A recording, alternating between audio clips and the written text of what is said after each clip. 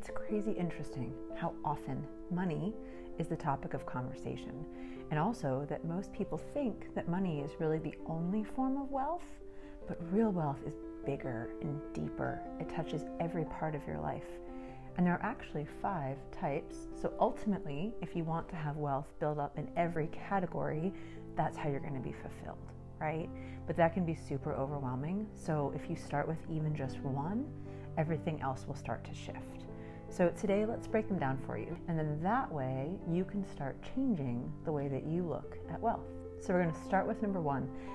I think this one is the most important one, and it is not necessarily the one that everybody thinks about first. So the first one that we're going to start with is time. Time is actually your most valuable, non-negotiable, non-renewable resource, right?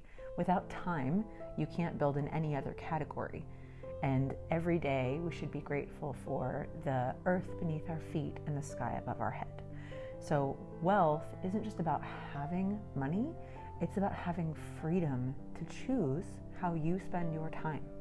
So you could have millions in the bank, but work 80 hours a week, and that could still be wealth poverty if you're unable to do anything else. You are literally chained to your job.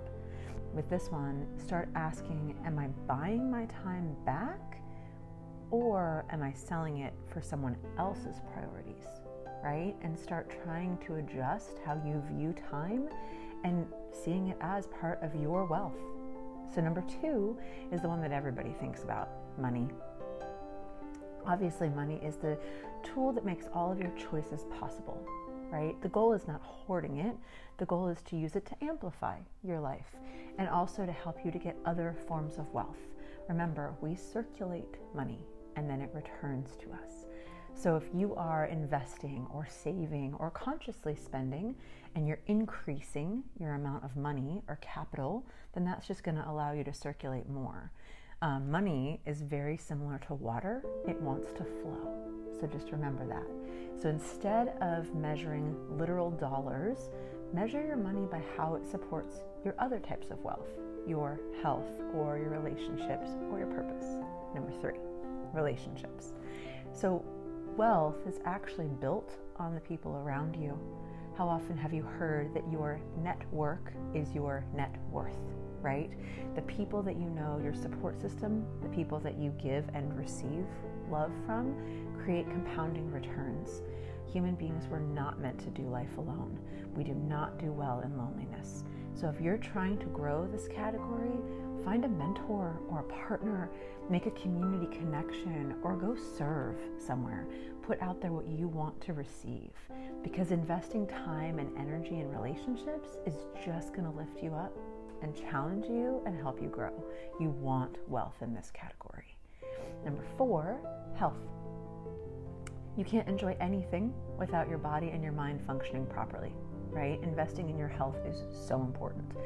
In fact, I would say that health is wealth in its purest form, because you can have all the money and time and friendships that you desire, but if you're exhausted or sick, your life is still going to feel limited.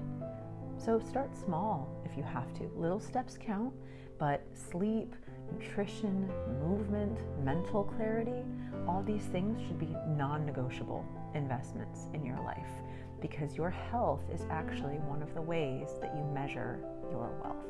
And the last one, number 5, is purpose. So true wealth is actually knowing why you're here, right? Every single one of us was put on this planet for a reason, and following that path, living with purpose, changes every single part of your life.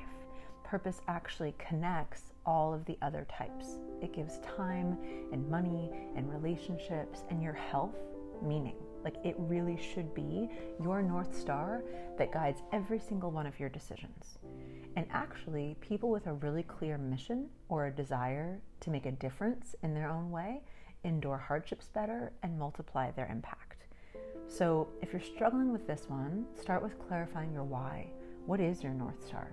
What do you want to do with your time on this earth? And then when you figure that out, align all of your choices around it.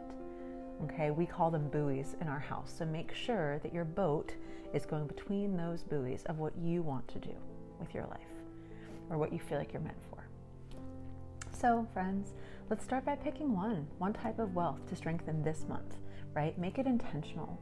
And if you want to go deeper, you can check out my Reset series that's below, because it's all about training your brain and your nervous system to work together so that these changes really stick and you can hold this type of abundance, right? Because it is our goal to be wealthy in every single category. That's how you live life fulfilled. So subscribe and let's do this together.